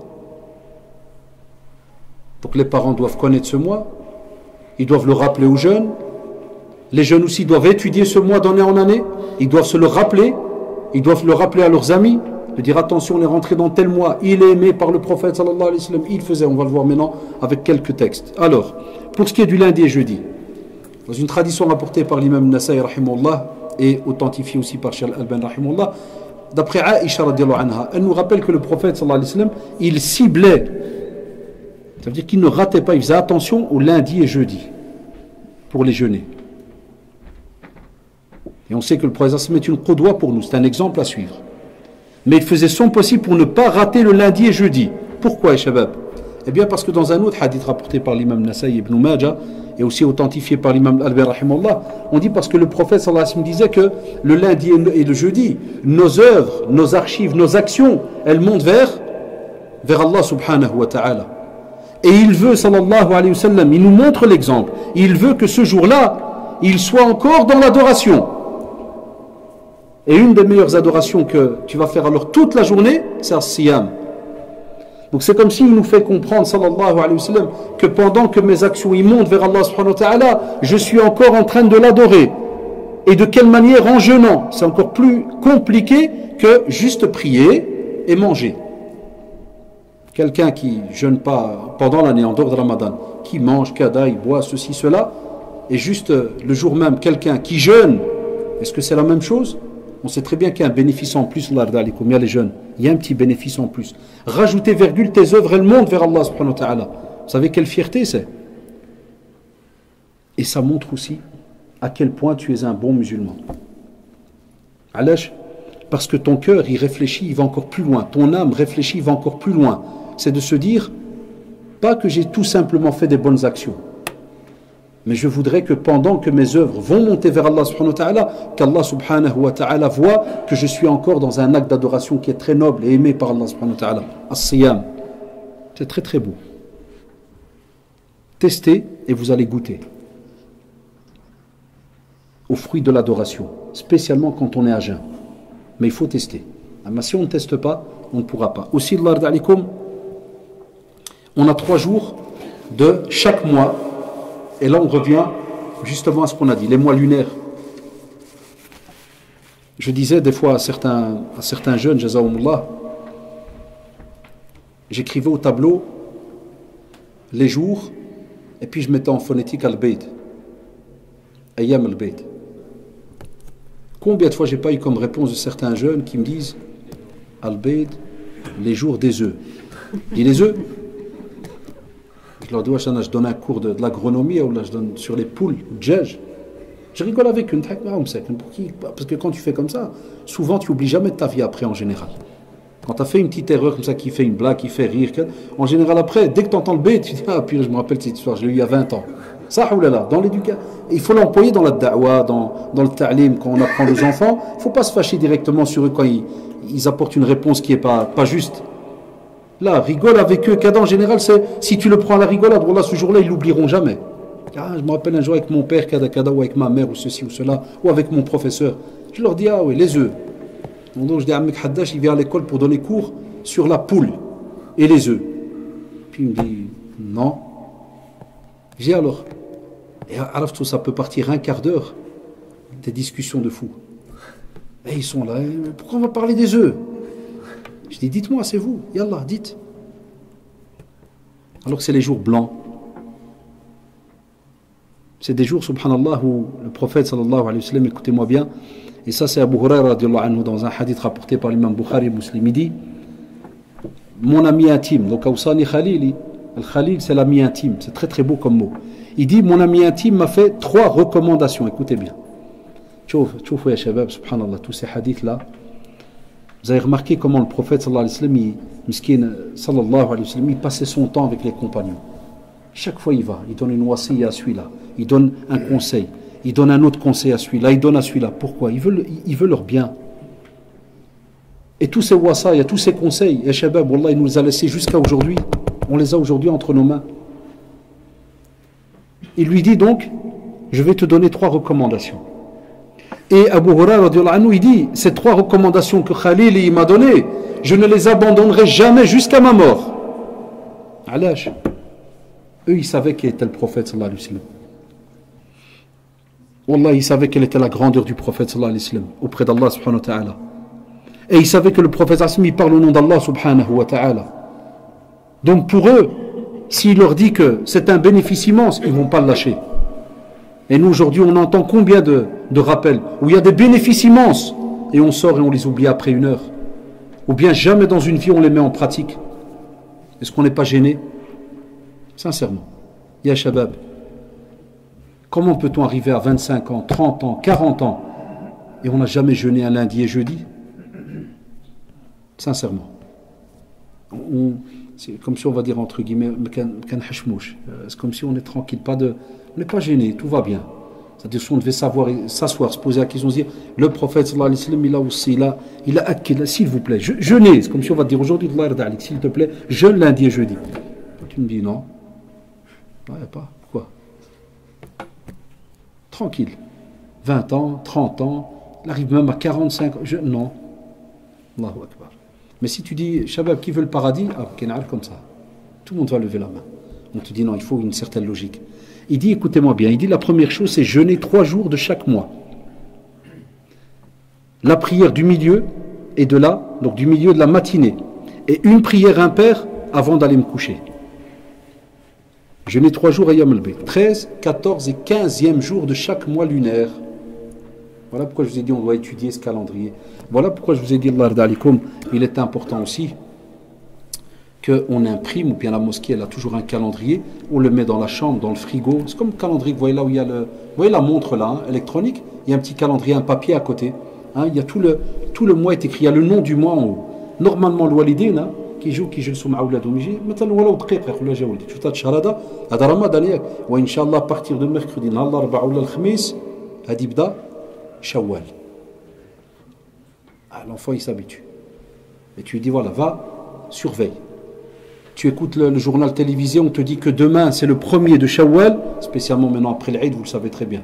Dès qu'on a l'Eid, on sait que le lendemain c'est le 1er jour de Shawwal. Donc on sait automatiquement pour le mois de Shawwal quand est-ce que ça va être alors le 13, 14 et 15. Et les enfants vont s'habituer à ce calendrier qu'ils ont délaissé, qu'ils ne connaissent pas. Et vous serez étonnés, alhamdoulilah. Wallahi, beaucoup. Parce que là, nous, j'ai des preuves, je ne parle pas dans le vide. Beaucoup d'entre nous, on ne connaît pas le calendrier lunaire. On ne le connaît pas, les cheveux. Spécialement pendant l'année. Faites le test entre vous. Pendant l'année, tu dis à quelqu'un à quel mois on est. Mars. Non, Hijri, c'est lequel? Je ne sais pas, mon frère. Quand quelqu'un te fait ça, sache que d'office, il jeûne jamais le 13, 14, 15. En général. Et puis on a un autre groupe, il connaît pas, il n'est pas habitué le nom, mais qu'est-ce qu'ils font? Jazahumullah. Ça c'est déjà très bien. Ils vont chercher vite sur internet, dans nos posts et tout, à gauche à droite, ils vont chercher quand est-ce que c'est le 13, 14, 15e jour. Ça c'est déjà bien. La prière du matin, salat al-duha, donc comme vous le savez, dès que le soleil se lève, puis on fait un genre de calcul, en général 2-3 heures après le lever du soleil, ça dépend, l'horaire d'été, l'horaire d'hiver, la taille d'un arc, on fait 2 rak'at. On voit souvent nos parents, ils ne délaissent pas cette prière-là, subhanallah, les anciens. Mais nous, côté jeunes, je dis nous, les déjà blanches, mais vous avez compris, on se remonte le moral un peu. Mais chez nous, samedi et dimanche, on ne travaille pas hier, par exemple. La semaine, on travaille, on est bloqué, samedi et dimanche. Pourquoi on ne cherche pas après tous ces petits sounen, toutes ces belles actions-là? Pourquoi on ne cherche pas après? Quand on ouvre les yeux, on va dire, même s'il est 10h du matin, 11h, il y a moyen de faire ces 2 rak'at. Et qu'est-ce qu'on fait certains? Frère, je fais la grasse matinée. Et il reste sur le lit. Mais qu'est-ce que tu as gagné en restant sur le lit? Lève-toi 5 minutes. Wallah, tu peux revenir à ce lit si tu veux. Tu peux, c'est le tien, je ne vais pas te l'enlever. Mais va. Ça, c'est l'ibada après Ramadan, les shabab. Va à la salle de bain, refais tes ablutions, viens, prie 2 rak'at, invoque. Parce que le prophète sallam a donné de l'importance à ces rak'at. Sinon, il ne l'aurait pas fait, il n'aurait pas demandé. Il n'aurait même pas été chez Abu Huraira pour lui dire viens, tu veux une wasiya, tu veux quelque chose qui vaut plus que l'or, qui vaut, fais ça. Et de terminer, écoutez-moi bien, la soirée par une prière impaire, une rak'a al-witr. Il nous arrive qu'il y a des jeunes qui prient à la maison, nos enfants et tout. Est-ce qu'on va voir comment ils prient? Est-ce qu'on leur fait à nos enfants cette wasiya? On leur dit, pas oublier de terminer par un witr. Minimum, tu fais ce qu'on appelle le shaf' et le witr, 2 rak'at, et puis tu termines par une. Ceux qui pensent qu'après Ramadan c'est la routine, non, 5 prières, c'est faux. Il y a plein de choses à faire. On te dit aussi que tu es obligé donc de te renseigner par rapport à ce calendrier, le jour de Ashura. Ashura, il est dans quel mois? Les jeunes, stop, pas parler les autres. Calme. Les jeunes. Quel mois? Ou là, on va dire que vous êtes juste gêné, vous ne voulez pas parler, parce que vous connaissez. Dites qui connaît, sérieux. Pas être gêné. Sinon, je vais viser du doigt. Ça ne se fait pas. Ah, maintenant, il y en a qui vont commencer à faire comme à la salle de vente. 7, 9, 8. Qui dit mieux? Ouais, c'est le quatrième mois? Ouais. Ouais, bravo, ouais. Alhamdoulilah que tu as parlé, c'est bien. Oui, je sais, mais je te remercie que tu m'as sauvé, parce que les autres, il y en a qui cherchent un peu, qui arrangent leur chemise. C'est Muharram. Et Ashura, il y a le mot dedans même. Dans Ashura, il y a, c'est comme si on dit déjà Ashra, c'est le 10e jour du mois de Muharram. Ouh là là, certains ils doivent se dire, de quoi il parle celui-là? C'est Ashura. Ah, ceux qui croient qu'on ne jeûne que fin Ramadan, même quand des non-musulmans ils nous demandent. Ah, donc, regardez, écoutez bien, des fois, des collègues non-musulmans ils me demandent ça à l'école. Hein. Ils me font, ah, donc une fois par an vous jeûnez? Je dis non, toutes les semaines on a. Allez, je dis ouais, le pilier de l'islam c'est une fois par an. Mais sinon c'est toutes les semaines. Lundi, jeudi, 13, 14, 15e jour de chaque mois. Et des fois dans certains mois, on a encore plus. Allah, ya shabab, Allah yarda alikoum. Si vous fermez les yeux 10 secondes, c'est comme si tu as devant toi, regardez, Muharram. Dans Muharram, on dit tu jeûnes le 10e. Et des fois, tu peux gagner, écoutez-moi bien, on a dit pour les 3 jours de Shawwal. C'est juste? Donc tu as Ashura plus 3 jours de Shawwal. On est déjà à combien? 4. Plus lundi et jeudi chaque semaine. Ça donne combien? Minimum, on en a 8 alors. Ça fait déjà? Et encore. J'allais terminer après pour expliquer la sunna d'Ashura, puisque le prophète m'a dit s'il était encore là l'année d'après, qu'est-ce qu'il ferait? Il rajouterait même le 9e. Il peut rajouter un jour avant Ashura ou bien un jour après. Donc on a dit 4 plus les 8 jours, c'est-à-dire lundi, jeudi. Dans un mois, on a 4 semaines en général. 8 et 4, ça fait 12. Et rajoute les 3 jours. Ayyam al-Bid, ça fait 15. Donc on a des mois où tu jeûnes la moitié d'un mois. Allahu Akbar. Shabab, simple question. Quelqu'un qui jeûne la moitié d'un mois, est-ce que ça peut être un voleur? Dites. Est-ce que ça peut être un menteur? Est-ce que ça peut être quelqu'un qui fait du mal à ses parents, qui fait du mal au voisinage, qui fait du mal dans son travail, qui montre une mauvaise image? Est-ce que c'est, dites-moi Allah alhamdoulilah, est-ce que c'est possible? Là. Abadan. Wallahi abadan. Mais parce qu'on a délaissé le jeûne pendant l'année, il y a les jeûnes, c'est pas un jeu de mots, hein. Parce qu'on a délaissé le jeûne, que notre comportement il se fait avoir par Satan, la'anallah. Et il sait très bien que même pendant Ramadan, il arrive encore à nous casser. Puisque même pendant Ramadan, il y en a qui arrivent à dormir toute la journée. Il y a se lever jusqu'à 6 heures, Adi fait le tour du bloc, le quartier, le policier. Il regarde un peu ce qui se passe dans la zone. Et puis de nouveau il revient, puis il zappe, tac tac la télé, puis il reste 3 heures, il dit tu sais quoi, une petite sieste. Jibou le maghreb. Là, il fait rapprocher le maghreb. C'est juste. Ibn Abbas, radiallahu anhu, rapporté par l'imam Bukhari et Muslim, qu'est-ce qu'il nous dit? Il dit, je ne sache pas, je n'ai jamais vu, que le prophète, sallallahu alayhi wa sallam, ait jeûné un jour pour son bénéfice. C'est-à-dire pour bénéficier, subhanallah, de son mérite, autre que le jour de Ashura. Et il dit, ni un mois que celui de Ramadan. Comme pour dire qu'il accordait beaucoup d'importance pour Ashura, et comme il accordait aussi beaucoup d'importance pour Ramadan, un niveau très très élevé. Et c'est pour cela, Allah alikoum, normalement, il y a les jeunes qui ont les smartphones, des agendas.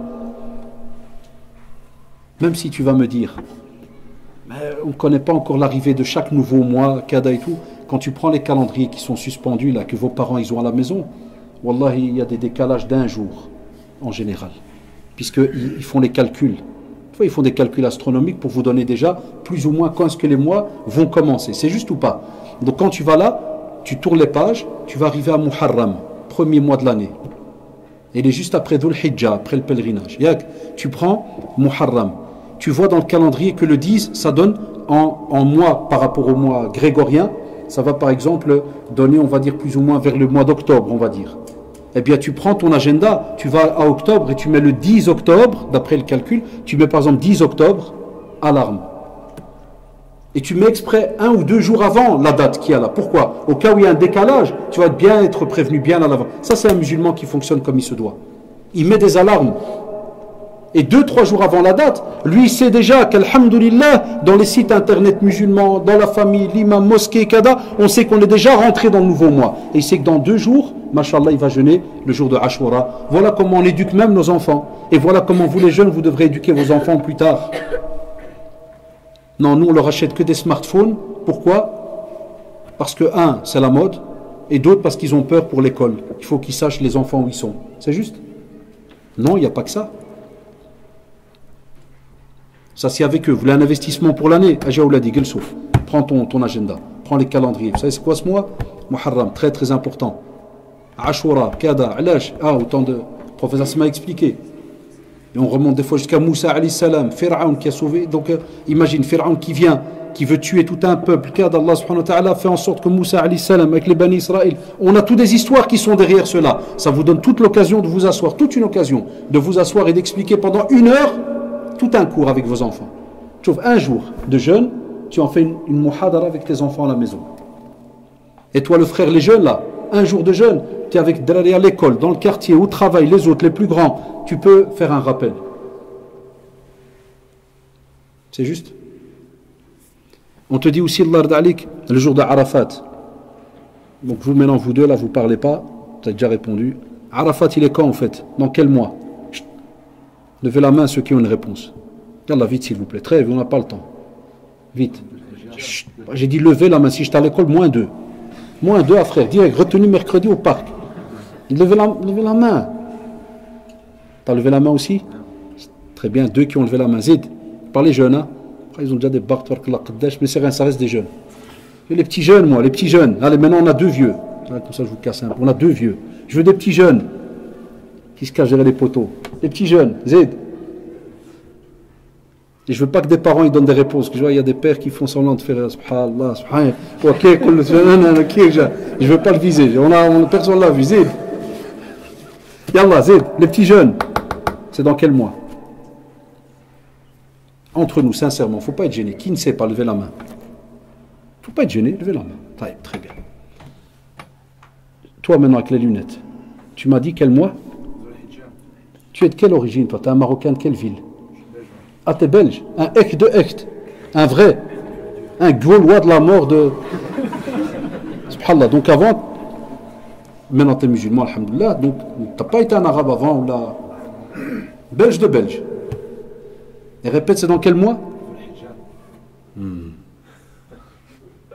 Ça s'appelle une hypercute. Ceux qui font de la boxe, ça s'appelle un de ces crochets de... Mais là, entre les deux ici. Tu vois l'axe, parce que les sportifs savent de quoi je parle, ici. Je sais que nos frères reconvertis, ils n'aiment pas ce que je fais maintenant, mais j'ai un beau-fils reconverti, vous le savez, je vous l'ai déjà dit, et ma belle-mère, elle est reconvertie. C'est juste ou pas? Je vous l'ai déjà dit.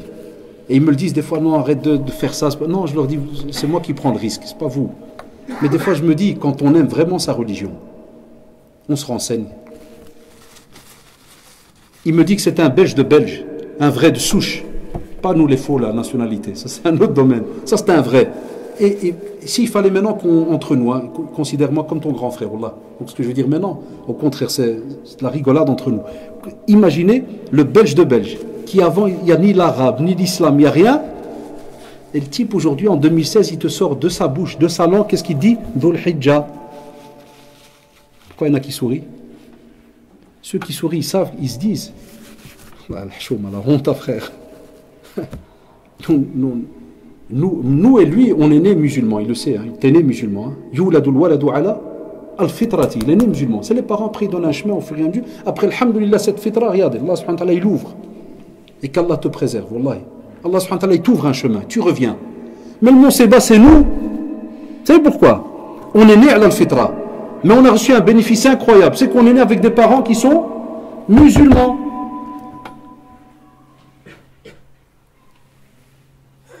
Et tu dis aux jeunes Arafat, Si jamais c'est un politicien, c'est un dril qui aime bien la politique, le journal, il va dire, c'est pas le Palestinien là, Yasser... J'ai eu ça, wallahi. C'est pas Yasser Arafat, c'est ça, Palestinien. Non, mon frère, je fais pas de la politique, moi. Un cours de religion pour l'instant. Il y a des mots, Arafat. C'est juste. Alors pourquoi lui le connaît, pas les autres? Parce que c'est des questions qui, en vérité, elles sont faciles. Mais bon, parce que je suis ici.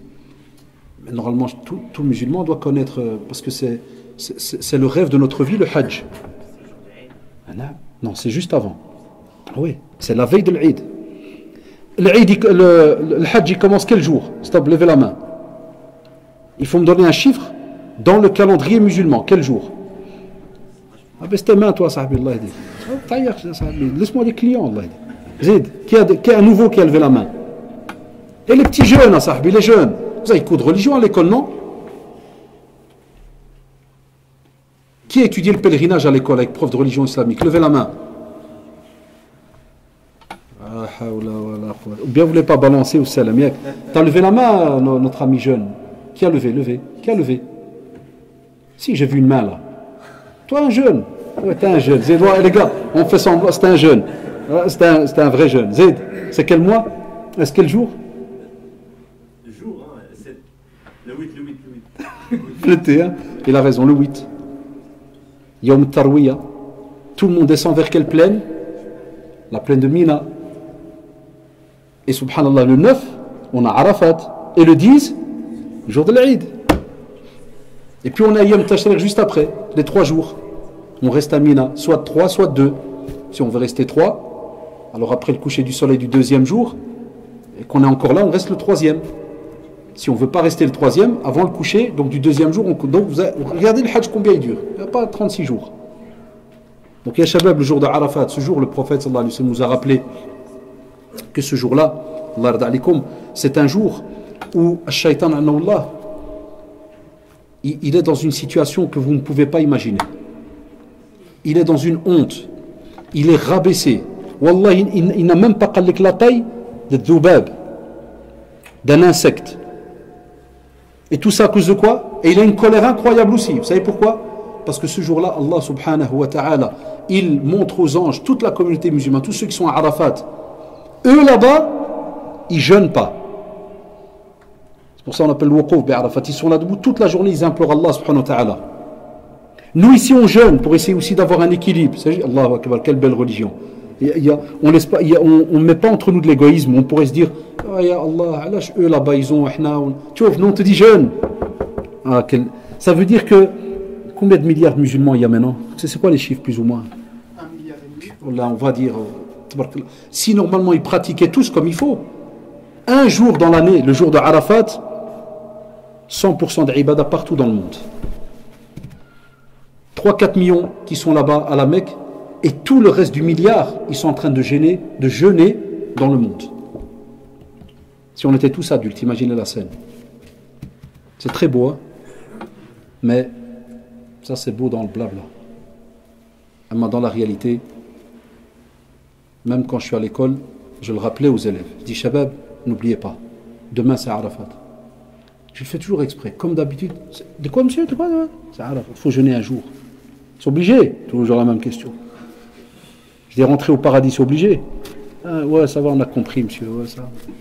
Ils font ils partent. Le lendemain, j'arrive en classe, c'est Arafat. Je dis, Shabab, quand ça tombe qu'à l'école, hein? Je dis, Shabab, vous avez jeûné le jour? Purée, monsieur. Ça se termine comme ça en général. Non, ben.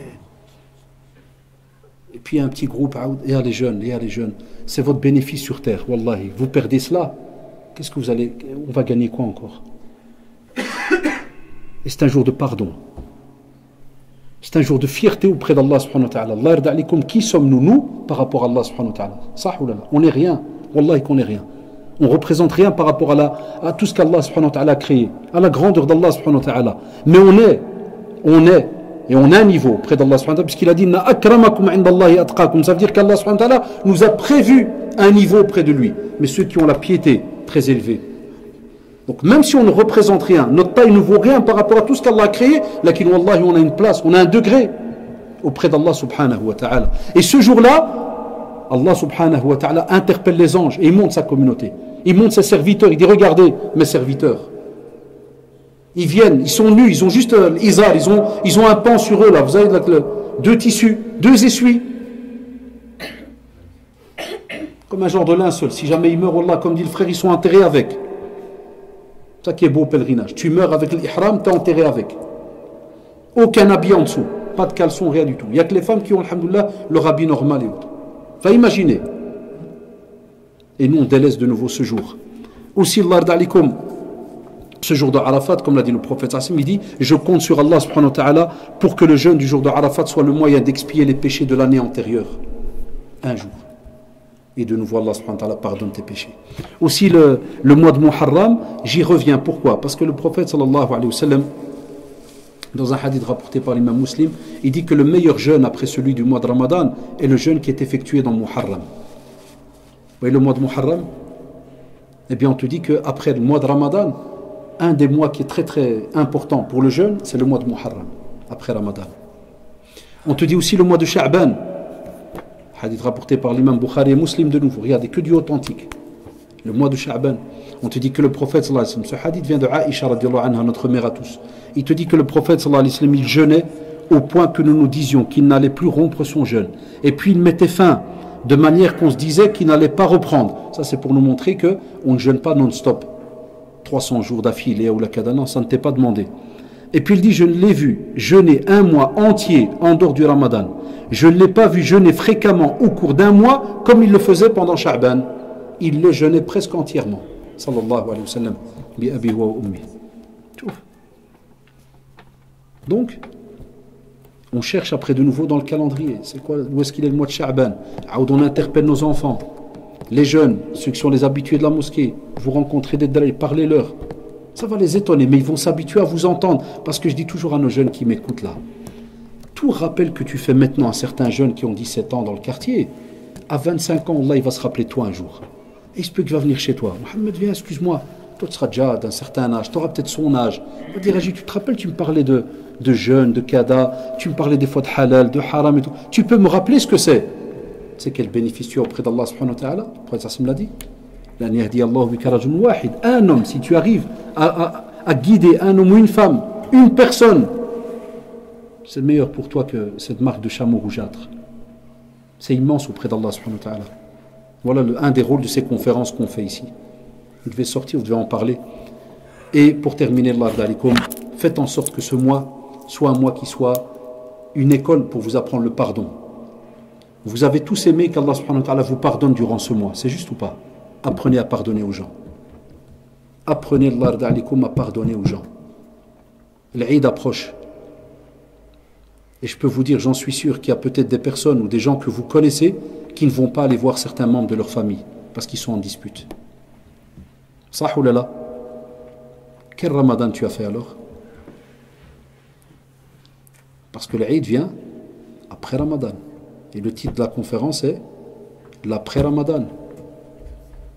Quelle adoration après Ramadan? Eh bien, Silat al-Rahim, les liens de famille, ça continue. Même si tu vas me dire, ouais, mais moi, j'ai tellement de la famille, il parle trop, il fait le malin, il fait kada. Ya mon frère, ya ma soeur, tu vas, salam alaikum, tout va bien, bekhir, kada, darra, tu barak l'Eid, tu invoques et tout, salam alaikum, t'as fait le pas. Si tu estimes que si tu rentres, ça va aller loin, on va dire. Tu vas me dire, mon oncle, c'est un dangereux, c'est un fou, c'est un ahmaq, c'est un kada. Envoie un SMS, appelle. J'invente des situations. Non, nous, on va voir des personnes, ils ne vont pas se rendre visite. Alors que c'est l'Eid. Ce n'est pas un bon cœur. Salah. Sauf les cas extrêmes, comme j'ai déjà dit, des catastrophes graves, je ne veux pas citer des mots, s'il y a eu des histoires, Allah, mais comprenez les jeunes, des trucs, ça c'est autre chose. Amma pour le tafahad, Allah, umur tafiha, vraiment, des fois vous trouvez dans des familles des petits dossiers comme ça, de qila ou al-qal. Je ne vous parle même pas de ceux qui ont des problèmes d'héritage, de ceci, de cela. Même ceux qui ont des problèmes d'héritage. Des fois je leur dis, je sais que ce n'est pas facile à accepter ce que je dis là. Mais moi je l'ai vécu dans ma famille. Et je leur dis même ça dans ma famille. Je leur dis, quelqu'un vous a pris une terre, Demain, après-demain, on va mourir. C'est juste ou pas? Qu'est-ce que tu préfères? Que le jour du jugement dernier, tu viens et tu trouves pas qu'une terre au paradis, mais peut-être des centaines. Tu trouves des hasanats parce que ta patiente est invoquée Allah subhanahu wa ta'ala, ou bien que tu vas continuer sur terre à dabez, et tu gagnes rien, que les nerfs et shaitan Allah qui te gonfle et tu oublies même l'ibada diyalak. Ton adoration, tu l'oublies. Donc Ramadan, c'est une occasion pour changer nos cœurs, qu'on le voit après aussi le mois de Ramadan. La droiture, je vous en avais parlé de l'Arda alikum. Essayez après le mois de Ramadan de chercher après toutes les actions qui peuvent faire en sorte que vous restez droit. Ceux qui vous entendent, il y a les jeunes qui m'écoutaient là. Faites attention à la fréquentation. Voyez qui vous fréquentez. Voyez qui vous donne des conseils. De quelle manière. De qui vous prenez votre religion.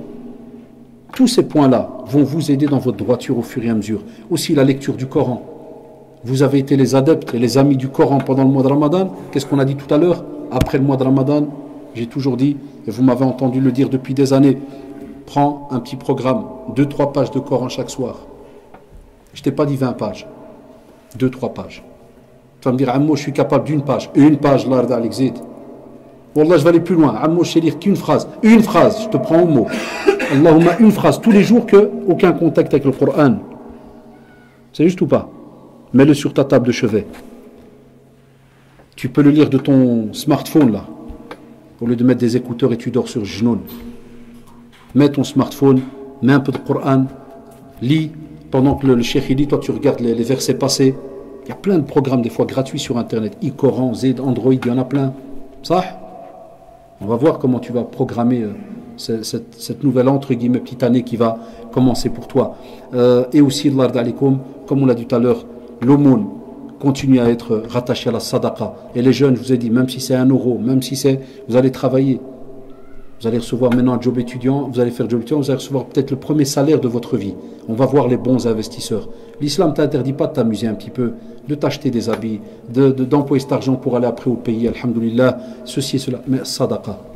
Et spécialement vous les jeunes de Farsienne, vous avez ce projet, pourquoi je viens expressément ici? Et pourquoi j'accepte de venir ici alors combien de demandes on a? Il y a d'autres mosquées à Bruxelles qui demandent.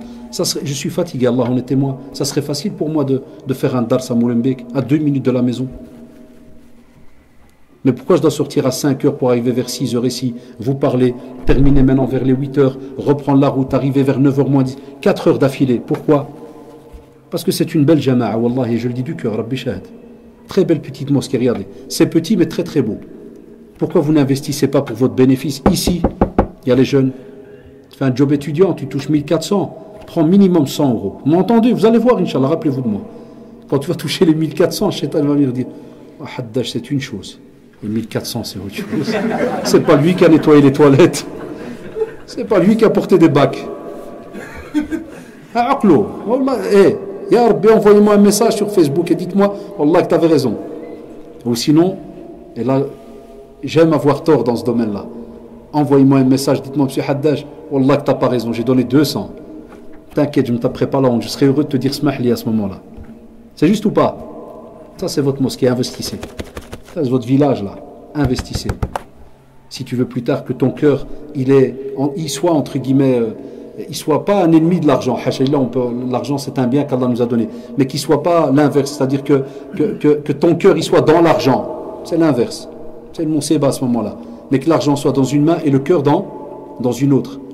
Ça, c'est le meilleur. Amma, si les deux ils sont dans le cœur, si les deux ensemble, t'es mort. D'accord, Shabab? Fallah d'alikum, essayez de mettre en pratique ces quelques conseils qu'on vous a donnés et vous verrez. C'est comme ça qu'un musulman, mashallah, yartaqi, c'est-à-dire il change et il monte de degré. Monter de degré auprès d'Allah, subhanahu wa ta'ala, ça demande de l'effort. Mais ça demande, qu'est-ce qu'on a dit au début? Un effort constant. Avec, même si on a peu de choses qu'on rajoute, mais, qu'est-ce qu'on a dit? Que ça soit durable. Et comme ça, vous serez capable, alhamdulillah, incha'Allah, de prendre la relève après nos parents. Soit rahimahumullah, soit hafidahumullah, pour ceux qui sont encore vivants. Mais ils ont besoin de vous. Et pour cela, pour être de ceux qui sont rattachés aux mosquées, ceux qui restent rattachés à leur religion, ceux qui soient capables d'expliquer leur religion à l'extérieur. Et je m'excuse de réembêter notre frère reconverti. On sait très bien qu'avec la réponse qu'il a donnée, il serait capable alors lui de donner un petit cours peut-être à nos frères musulmans de souche, comme on les appellerait entre guillemets. Donc chacun d'entre nous est capable de donner un cours de quelque chose. Chacun pourrait faire un petit rappel. Je n'ai pas dit qu'on est des fadilat de chair, non, loin de là. Mais voilà, tu connais un peu le calendrier, comment il fonctionne. Aide ton frère, aide ta soeur, montre, kada. Ça, c'est comme ça que la communauté musulmane, normalement, elle bouge. Mais pas dans le vide, dans les problèmes, les polémiques. Ta'awanu ala al-birri wa taqwa, wa la ta'awanu ala al-ithmi wa al-udwan. Tout ça, c'est des demandes qui viennent d'Allah subhanahu wa ta'ala. Aidez-vous dans le bien. Al-bir, tout ce qui est bien, tout ce qui peut t'apporter du bien, ici-bas et dans l'au-delà. La crainte, la piété vis-à-vis d'Allah subhanahu wa ta'ala. Ça nous est demandé. Wa la ta'awanu ala al-ithmi wa al-udwan. Tout ce qui est négatif, tout ce qui est mauvais, les mauvaises actions, tout ce qui est des fois même, subhanallah, avec les rancœurs, les problèmes avec les autres, ceci, wallah, ça ne rapporte rien. Ça ne fait que freiner la communauté, comme vous le voyez dans le monde. On est freiné qu'à cause du blabla, la guerre, ceci, cela, le mashakil, là. C'est pas notre rôle sur terre. D'accord, et Shabab? Enfin, il se peut qu'on ne se voit plus, parce que maintenant les vacances sont là, chacun d'entre nous va essayer un peu de se reposer et autres, mais la religion, elle ne s'arrête pas. Elle continue, elle, jour après jour. Enfin, profitez, alhamdoulilah, de votre fraternité, cette fraternité qui est entre vous ici à Farsienne. Profitez, alhamdoulilah, de vos lieux de culte. Profitez de vos familles. Avancez dans cette religion. Découvrez, partagez. Et Allah subhanahu wa ta'ala nous protégera, bi'idhnillah. Allahumma arina al-haqqa haqqan warzuqna ittiba'ah. Allahumma arina al-haqqa haqqan warzuqna ittiba'ah.